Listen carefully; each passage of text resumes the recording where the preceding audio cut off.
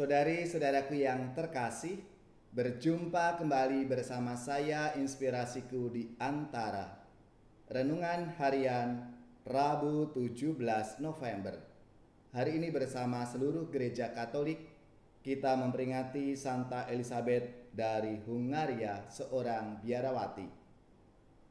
Semoga kita bersama keluarga, komunitas kita selalu dalam keadaan baik, tetap sehat, dan bersemangat. Marilah kita bersama-sama mengawali renungan kita dengan tanda kemenangan Kristus. Dalam nama Bapa dan Putra dan Roh Kudus. Amin. Allah Bapa yang Maha Pengasih, Engkau memberi Santa Elizabeth anugerah untuk mengenali dan menghormati Kristus dalam diri orang-orang miskin. Semoga dengan bantuan doanya, kami pun melayani sesama yang miskin dan menderita dengan cinta kasih. Dengan pengantaraan Yesus Kristus Putra-Mu Tuhan kami, yang bersama dengan Dikau dalam persatuan Roh Kudus, hidup dan berkuasa Allah sepanjang segala masa. Amin. Dalam nama Bapa dan Putra dan Roh Kudus. Amin. Inspirasi kita hari ini dari Injil Suci menurut Lukas bab 19 ayat 11 sampai 28. Marilah kita bersama-sama membaca dan merenungkan sabda Tuhan. Pada waktu Yesus sudah dekat Yerusalem, orang menyangka bahwa kerajaan Allah akan segera tampak. Maka Yesus berkata, ada seorang bangsawan berangkat ke negeri yang jauh untuk dinobatkan menjadi raja. Sesudah itu baru ia akan kembali. Maka ia memanggil 10 orang hambanya dan memberi mereka 10 mina, katanya, pakailah ini untuk berdagang sampai aku kembali.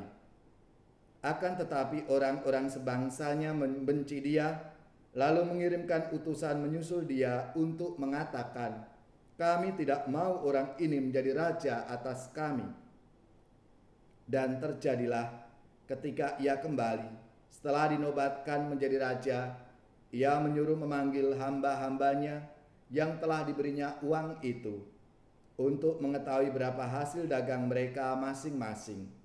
Yang pertama datang dan berkata, Tuan, mina Tuan yang satu itu telah menghasilkan 10 mina. Katanya kepada hamba itu, baik sekali perbuatanmu itu, hei hamba yang baik. Engkau telah setia dalam perkara kecil, karena itu terimalah kekuasaan atas 10 kota. Datanglah yang kedua dan berkata, Tuan mina Tuan telah menghasilkan 5 mina.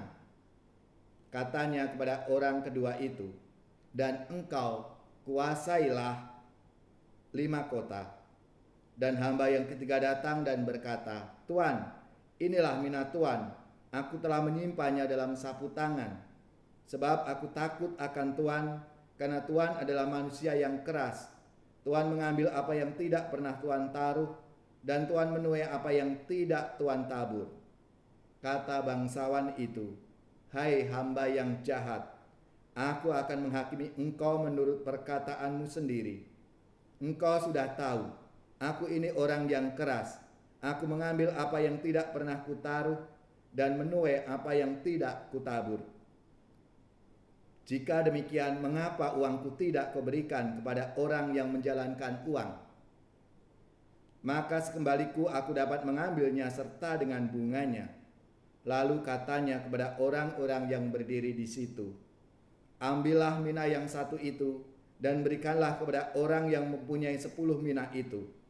Kata mereka kepadanya, Tuan, ia sudah mempunyai 10 mina. Ia menjawab, aku berkata kepadamu, setiap orang yang mempunyai, ia akan diberi.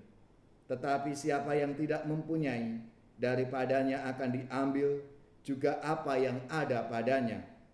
Akan tetapi setiap seteruku ini yang tidak suka aku menjadi rajanya, bawalah mereka kemari dan bunuhlah mereka di depan mataku. Setelah mengatakan semuanya itu, Yesus mendahului mereka meneruskan perjalanannya ke Yerusalem.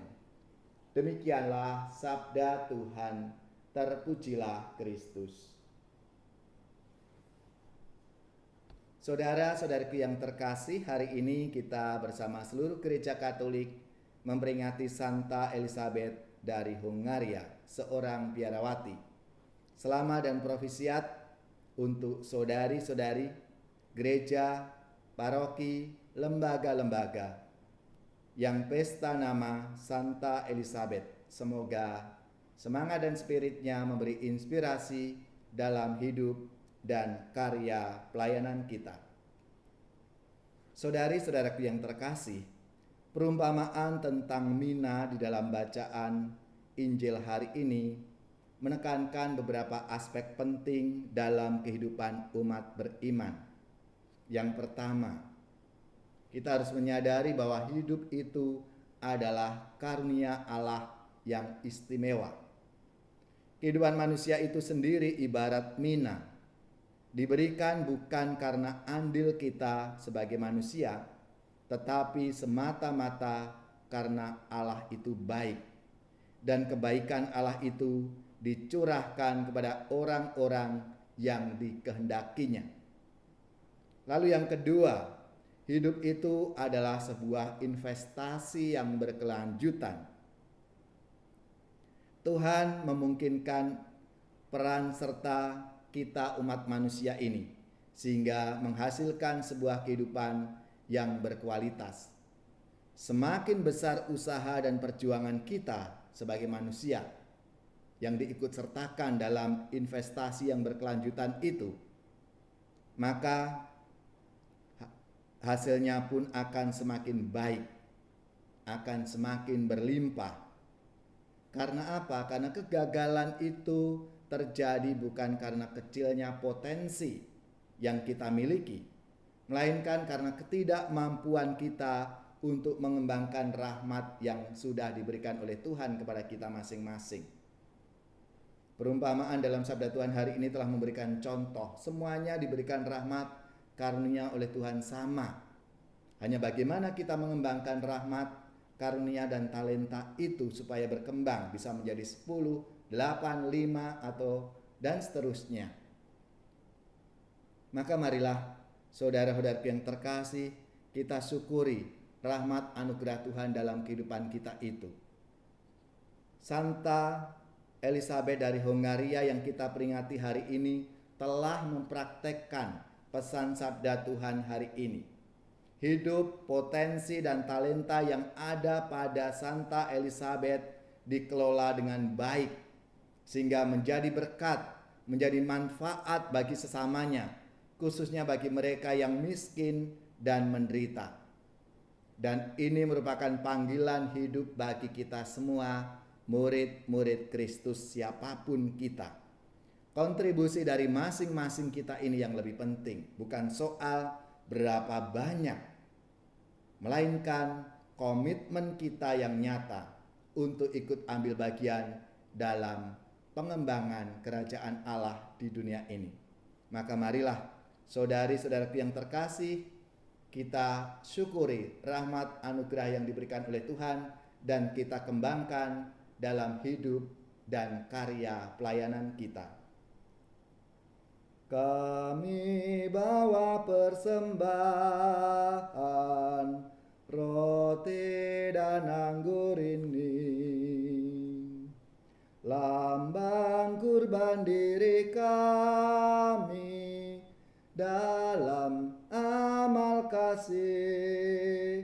Terimalah ya Bapa persembahan umat-Mu, bersatu selalu berbakti kepadamu.